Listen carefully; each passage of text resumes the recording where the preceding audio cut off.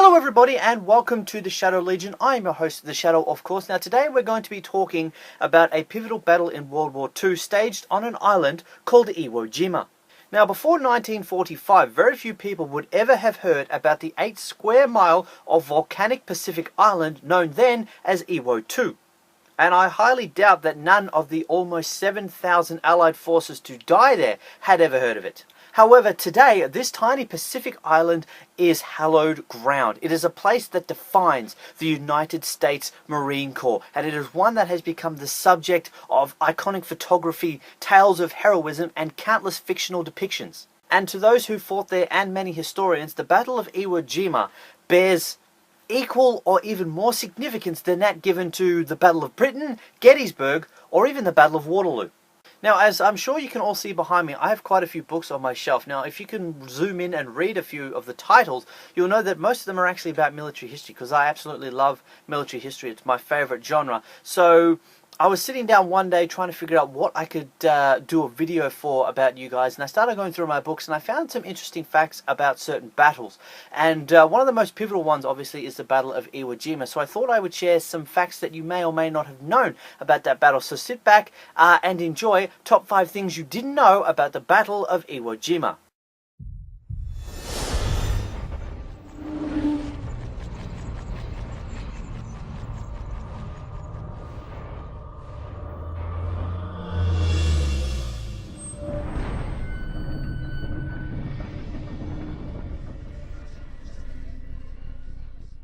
And we start this list at number 5, and at number 5, the Battle of Iwo Jima was the costliest battle in US Marine Corps history. Now, on the day the battle began, Lieutenant General Holland Smith made a prediction that must have sounded completely outrageous to those around him. He predicted that taking Iwo Jima would result in as many as 15,000 US casualties. Now, for those who were surrounding the general when he made this prediction and thought it to be absolutely ludicrous, they were absolutely right. The general was way off. The battle made casualties of 1 in 4 US troops. Now, that is a staggering ratio when you consider that their forces numbered close to 100,000. The general's prediction of 15,000 casualties was too low. Over 23,000 casualties were from the US Marine Corps alone, with close to 6,000 dead. Now, those numbers are absolutely staggering when you consider that the island is only 8 square miles long. That's almost 3,000 casualties for every square mile. Now, on the other side of the battle, Japanese forces were believed to have numbered over 21,000 at the start of the battle, with only 1,000 of them being taken prisoner. The other 20,000 were either killed or committed suicide. In fact, one Marine officer described the battle as, quote, "This is like fighting on a pool table." At number 4, the Battle of Iwo Jima accounted for 1/3 of all of the Medal of Honor awards for US Marines in World War II. Now, the Medal of Honor dates back to an 1861 Senate bill signed into law by President Lincoln authorizing Medals of Honor to be produced and distributed to those US military personnel who distinguished themselves by their gallantry in action.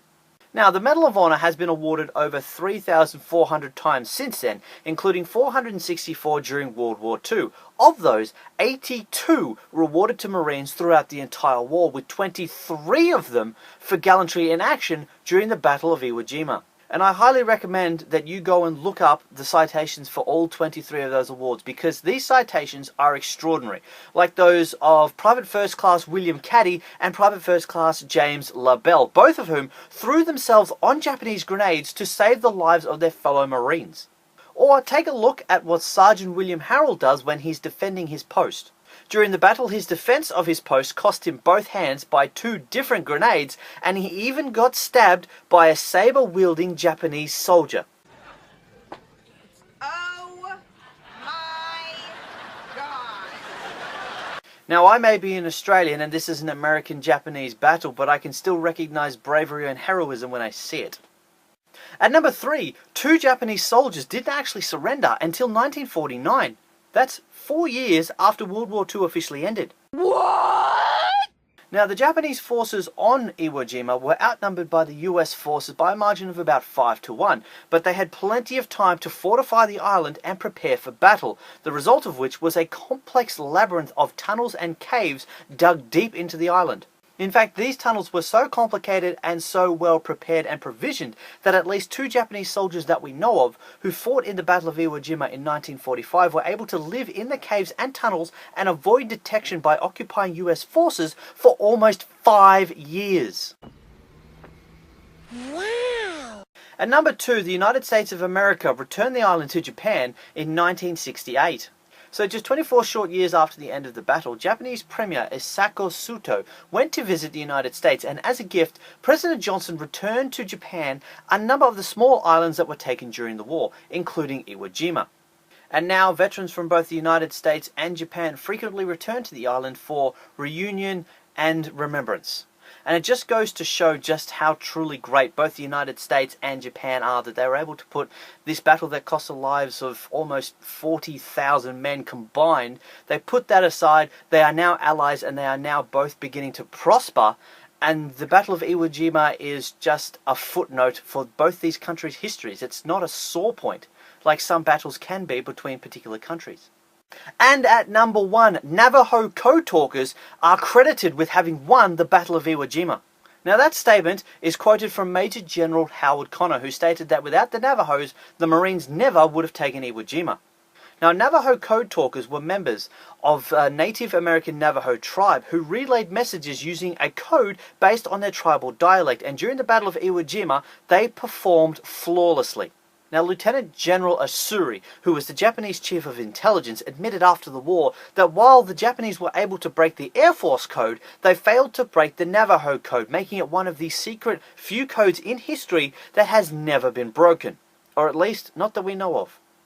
And that's it from me today, guys. I hope you enjoyed this look at some of the things that you may or may not have known about the Battle of Iwo Jima. Now, as I said in the introduction, I love military history. That's what most of those books are in that shelf, and what most of the books are in that cupboard there with the door closed. And I've been wanting to do a top 5 or top 10 video on a major military battle in history before, and I thought, what would be the optimal one to start with? And it had to be the Battle of Iwo Jima. If you want to know more about it, I highly recommend you do some research, because it is absolutely amazing. From the lifting of the flag on Mount Suribachi to after the Americans thought that they had completely cleared the island, there were still probably about 500 Japanese still living in the tunnel.